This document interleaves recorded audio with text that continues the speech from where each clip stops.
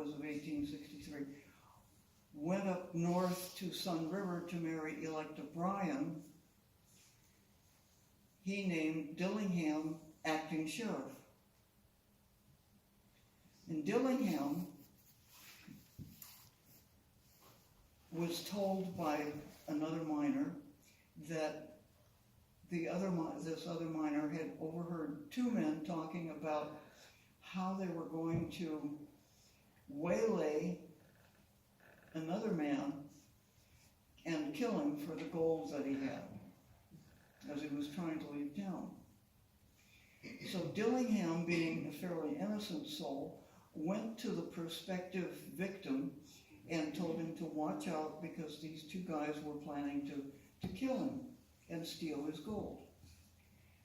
And the prospective victim didn't believe it.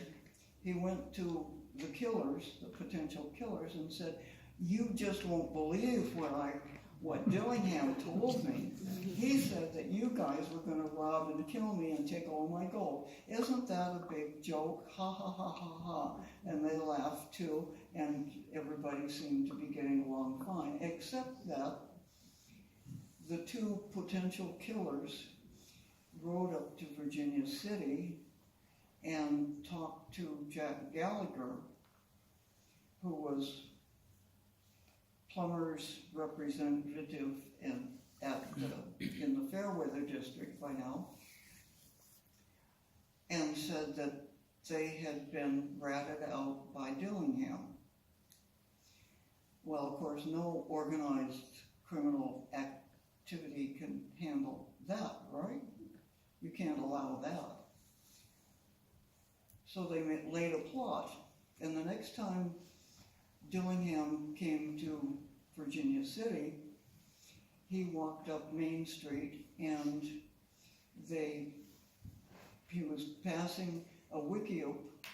A wickiup is a brush teepee, and some of them can be as big as this room, I guess, and some of them are quite small, but they're made out of brush, and then I think probably deer hides were attached somehow to prevent cold winter winds from getting through, but that's what the local tribes lived in. And Dillingham had business in Virginia City. And as he came into town, three guys said, you said you've been telling lies about us and we're going to kill you. And before he could draw his pistol or take up a gun or whatever, they shot and killed him. And then Jack Gallagher played with the guns right there, ran over in his capacity as Plummer's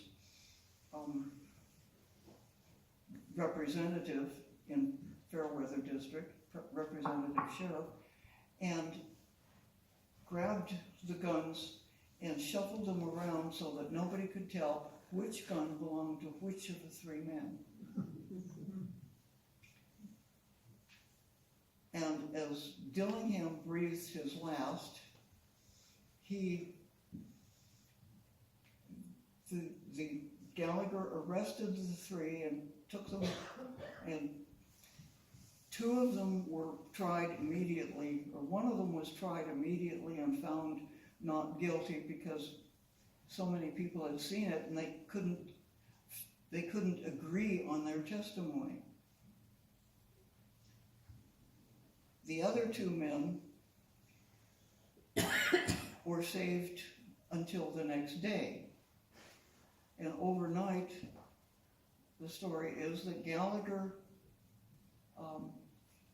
cleaned the guns so that neither of them could be identified as having fired the fatal bullet. Consequently, all three killers were let go. They were banished, and they came back. Now, banishment meant that you had to leave the mining district forever, and if you came back, you could be shot on sight. it was kind of a postponed death penalty. Well, they came back 3 weeks later with no consequences. And that shocked a lot of people.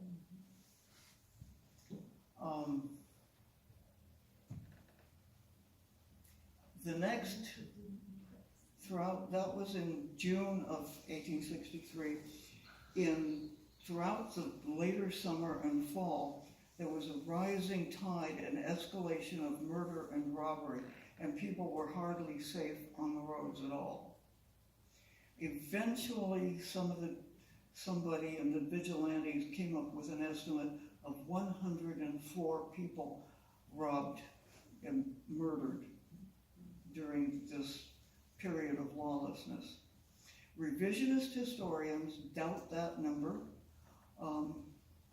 because they do. And I have a tendency to take the word of the people who were present during this time. So there's a disagreement there, and you can decide who was right. Okay, where am I now? Nicholas Thibault was apparently a very sweet young man. He was about 18, 19. And he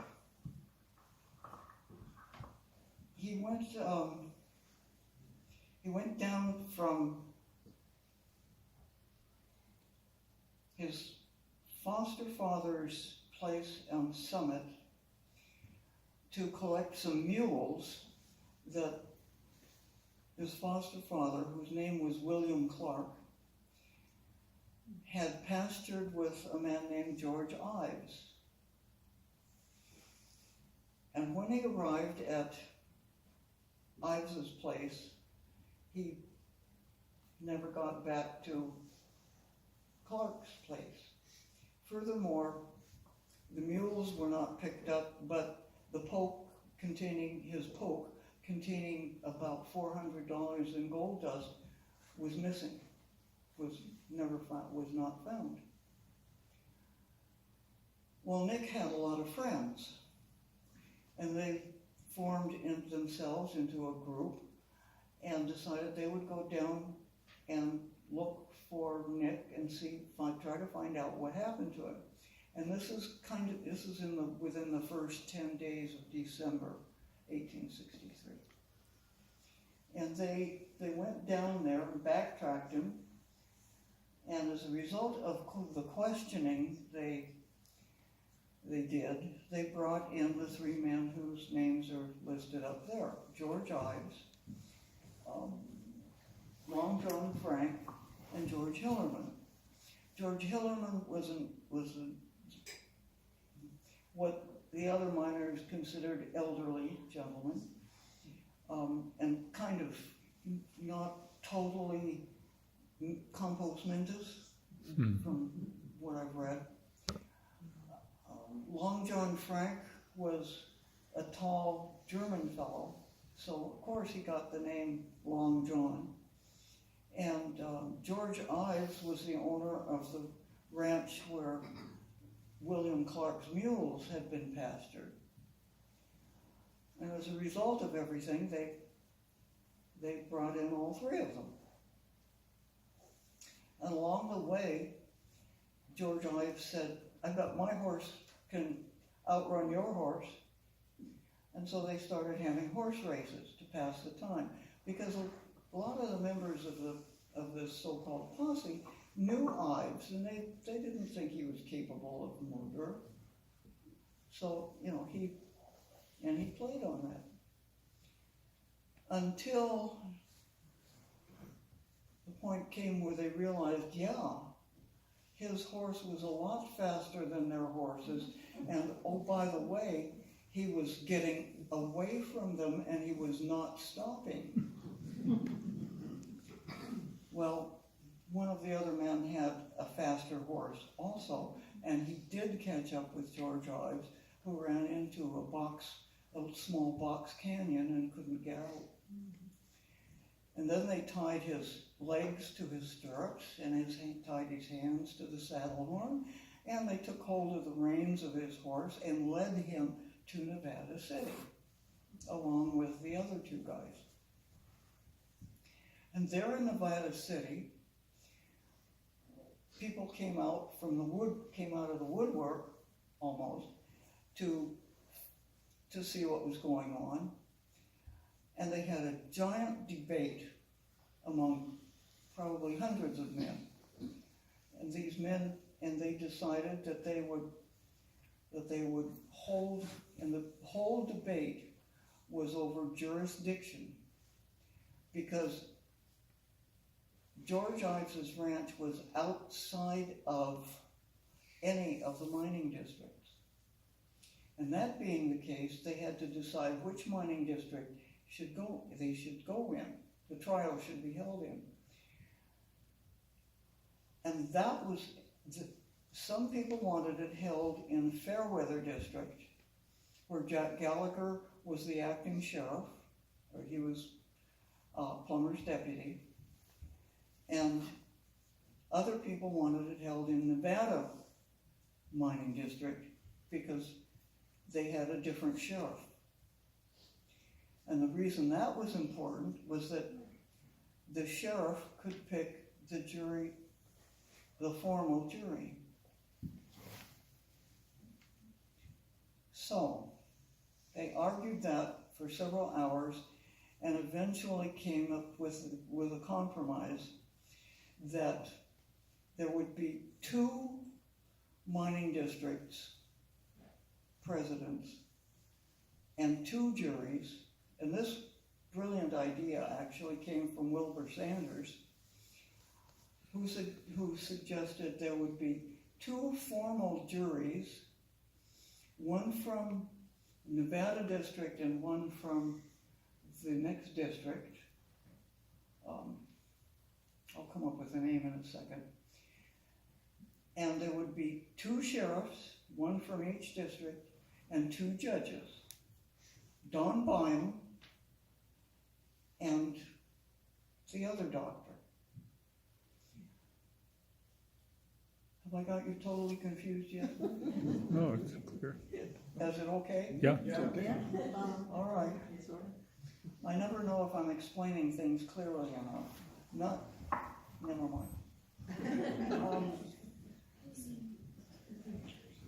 The reason they wanted the change of venue in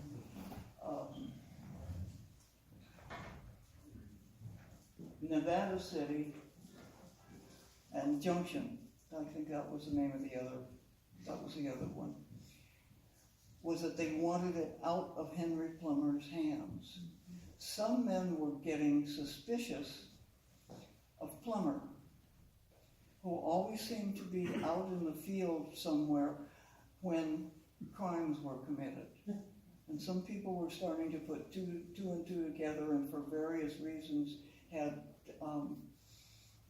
their suspicions, and they didn't want Plummer to have this trial or any of his representatives. And that's where they did hold the trial of George Ives. That's in Nevada City.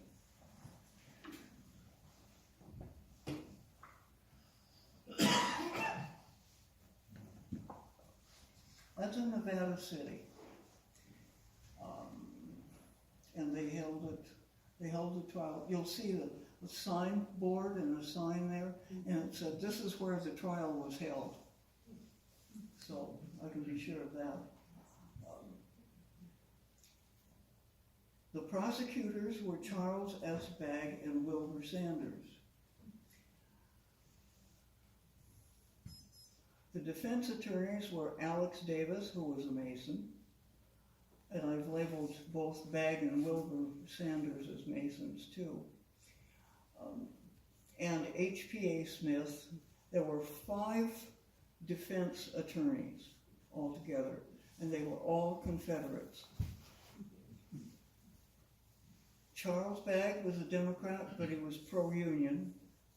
And Wilbur Sanders, of course, was a radical abolitionist who believed in what somebody called the Negro Equality School. That is, he wanted black people freed from slavery and able to vote immediately. They had 2 judges. Don Byam of Nevada was one, and they had 2 sheriffs, Robert Hereford from Nevada and Adriel B. Davis of Junction, and they had 2 juries, the 2 formal juries. And Sanders' idea was that the 2 formal juries would vote on guilt or innocence, and then they would report to the jury of the whole, and the jury of the whole would vote to accept or turn down the report from the 2 formal juries. And that's how they got around this mob, as we would say now, mob rule of everybody voting no matter what they'd heard or whether they were drunk or sober.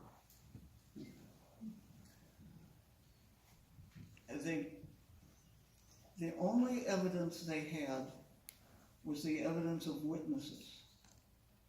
Now, a while back, I think in the 1990s, there was a mock trial of Henry Plummer down in Virginia City, I believe. I wasn't back home yet, but that trial basically exonerated Plummer and said he shouldn't have been found guilty of anything. What I think that trial overlooked was 150 years of jurisprudence that they really should have peeled back, because in this day and age that we're talking about now, there was no fingerprinting. There was no DNA. Of course, we all know that because DNA came up when in the 90s, the 10s of this century. Recently, anyway. And the only things they had to go by were people's statements and eyewitnesses. And we all know how reliable eyewitnesses can be. Yeah.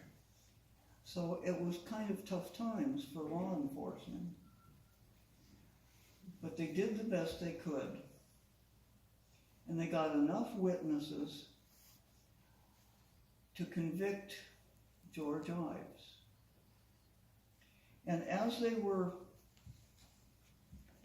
both the formal juries voted for conviction, which carried with it the death penalty for George Ives. And when they presented their findings to the jury of the whole voted yes to accept the report of the formal juries. And they did a count. And the 2 formal juries, 24 men, that is 12 in each jury from each mining district, voted 23-1. And that one man said that if they had tried George Ives on the basis of general outlawry, he would have voted guilty. But he didn't think they had really proved the case that Ives was involved in the boy's murder. And while very soon after that, when the jury of the whole went ahead and voted to accept the guilty verdict, Ives came to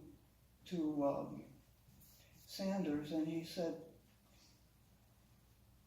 "Mr. Sanders, you are a gentleman, I believe you are a gentleman as I am, and as one gentleman to another, I believe that you should grant me until tomorrow morning so that I can write a letter to my mother and sisters and explain to them what is happening. And Sanders was pondering how he could get out of saying yes to that request when a short, stubby little guy sitting on that very cabin, the little cabin next to the bigger house, he was straddling the ridgepole, shouted out, "Sanders, ask him how much time he gave the Dutchman," meaning Nick Bald. And that broke the tension, and they hanged George Ives by the neck about an hour later. So, there's what is known now as the vigilante oath, except when that oath was written and signed by these men, they were not yet the vigilantes. They had not organized themselves as the vigilantes.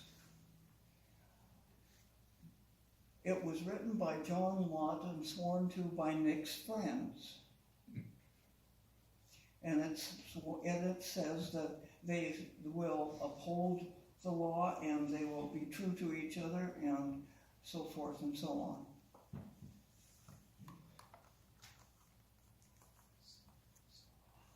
But then the vigilantes began to organize. The Ives trial had shown them what was what in the gold country.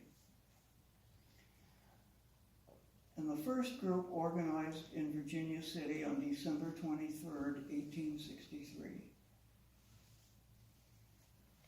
They met in the Lott Brothers store, John and Mortimer Lott, in Nevada City. They swore an oath written by John Lott, probably written by him. We don't really know for certain, but you just saw it.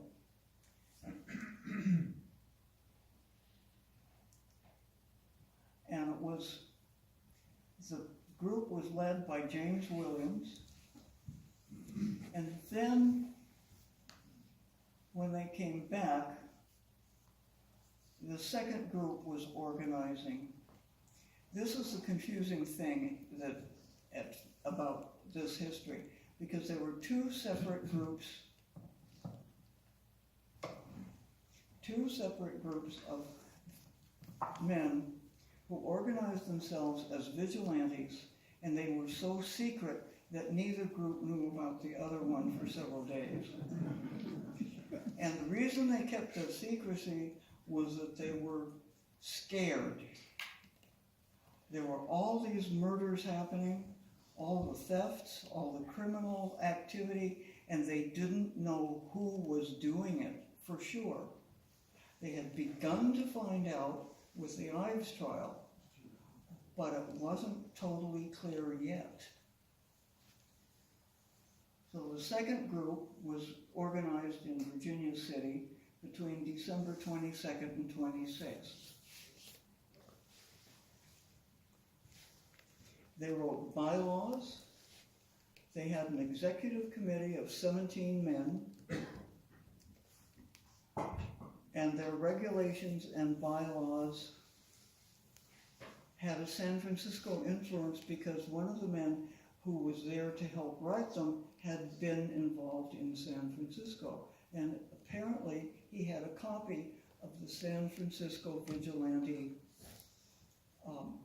rules and regulations. At least that's what one historian I've read said. And the Virginia City Vigilantes bylaws were probably written by Wilbur Sanders because there is a distinct legal tenor to the writing.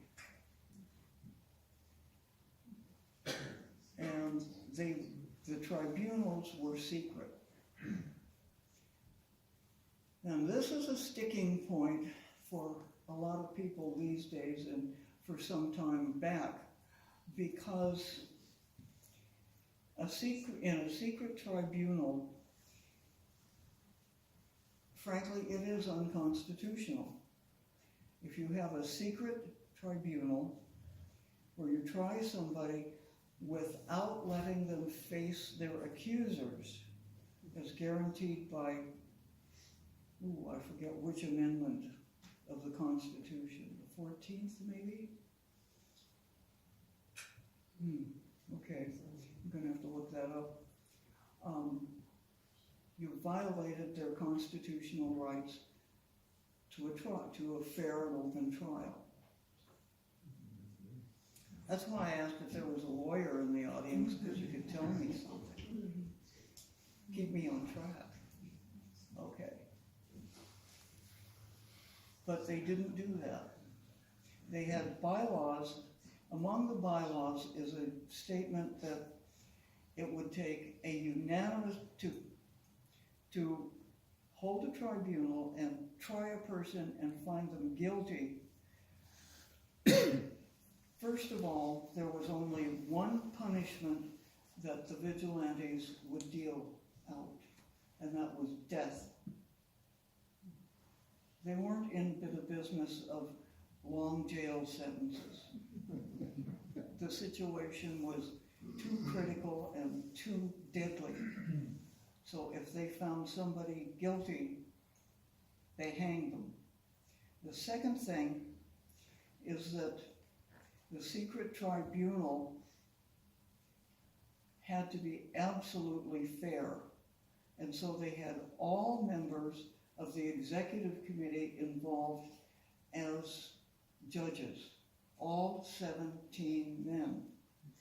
And evidence was presented to these 17 men, and if one of them did not think the evidence held things up,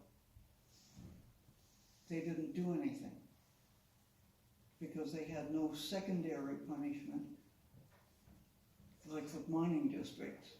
They had only the one punishment.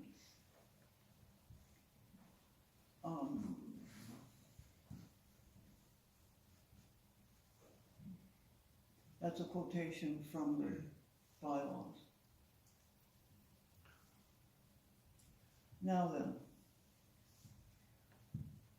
the vigilantes organized, and their organizational structure, to me, was kind of interesting, so I put it up there.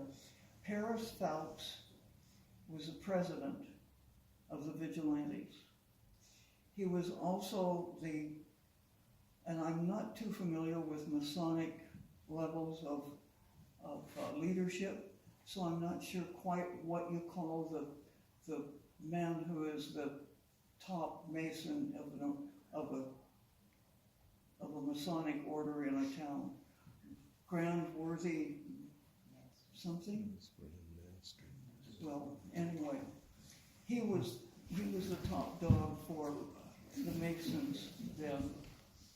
James Williams was the executive officer, and historians are pretty much in agreement, thank goodness, that it was Williams who basically got the job done. He was the one who would lead the men out into the territory and keep them going and so forth. And then when it came time to hang people, he would say, "Men, do your duty." And they would. John Lott was the treasurer. The Historical Society of Montana has his record book with tidy entries about who gave how much, because they did need money to keep things going. And then there was John X. Beadler.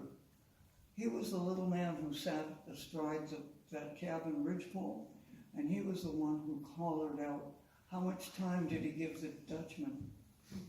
And he was made chairman of the ferreting committee, which meant the committee that would go around and talk to people and get them to tell what they knew about crimes or things happening or suspicious events. And then they would try to put things together, put those comments and gossip together and see if there was anything about it. Well, the posse rides again after the men came back from a first ride. They brought back enough information and evidence that the reconstituted posse, now calling themselves the Vigilantes, rode out again. And they found and they caught these guys: Steve Marshland, Bill Bundon, Alec Carter, who had been accused by Ives. And I've got to stop here for a second, because Ives, as he was standing on the dock, as you might say, the packing box, with a rope around his neck before he was launched into eternity, he said, "I am innocent of this crime. Alec Carter killed the Dutchman." That was a dying declaration, and it was taken very seriously, and I believe it still is taken seriously. But and that age was a more religious age than ours, and so it was generally accepted that anybody who was about to meet his maker would tell the truth. And so they went after Alec Carter, and they found him and tried him at Higgins and Warden's store in Hill Gate, and that is Missoula. Same with Cy Skinner. Bob Zachary had a chance to, he was offered an opportunity by the other outlaws to go with them through the mountains to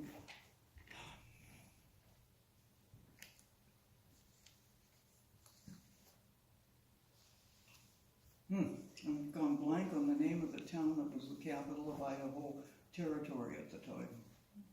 Lewiston. Yeah, Lewiston. Bob Zachary knew that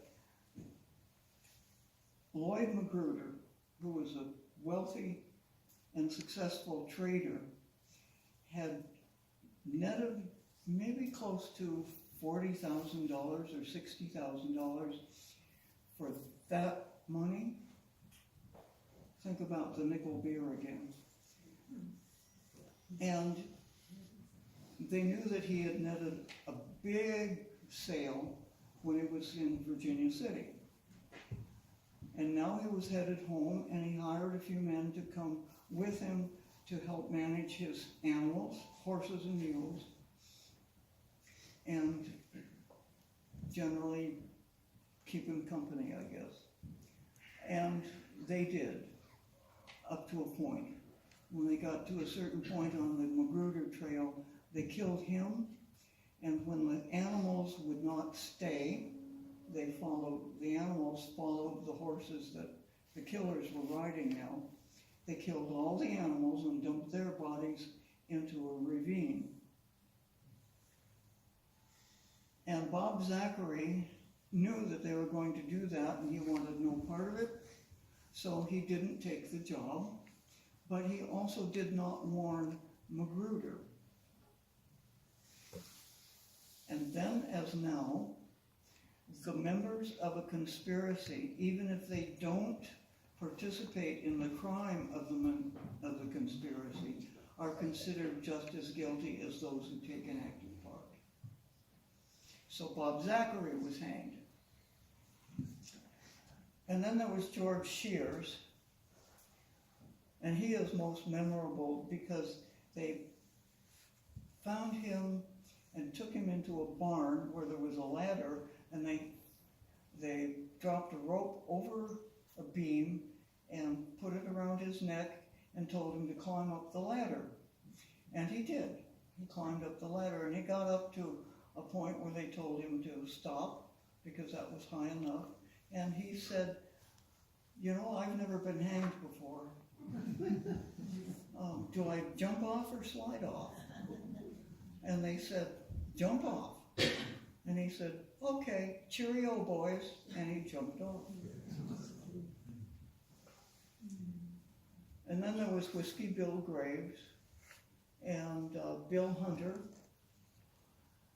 And altogether they accounted for all of the men on Yeager's list. Oh boy. I hadn't been going to tell you about Yeager's list because I figured this was going on too long anyway. But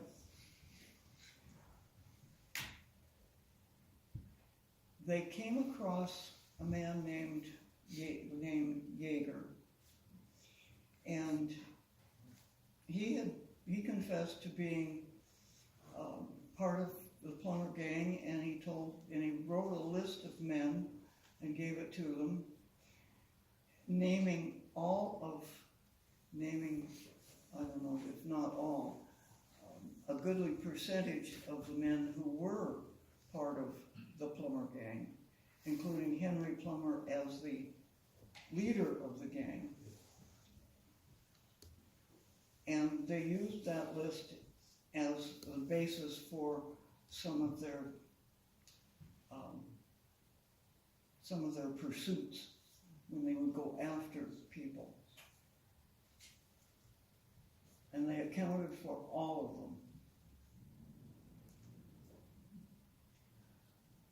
But then in February of 1864, they had pretty well conquered the plumber gang.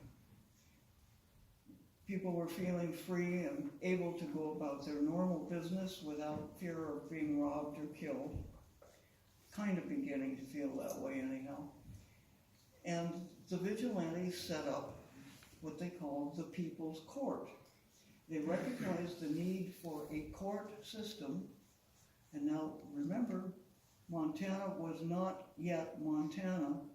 We were still eastern Idaho, far away from the government of Idaho in Lewiston. And then they moved the government of Idaho from Lewiston to Boise, so this part of Idaho was even farther away from government or anything than it had been. And you can see what the problems would be. We have a few mountains in between. So, Alexander Davis was named the judge, and he was a very strong opponent of the Vigilantes. When they asked him to join them, he said, you can hang me if you want to, but I will not join. And they said, okay. And they didn't hang me. But later on they asked him, because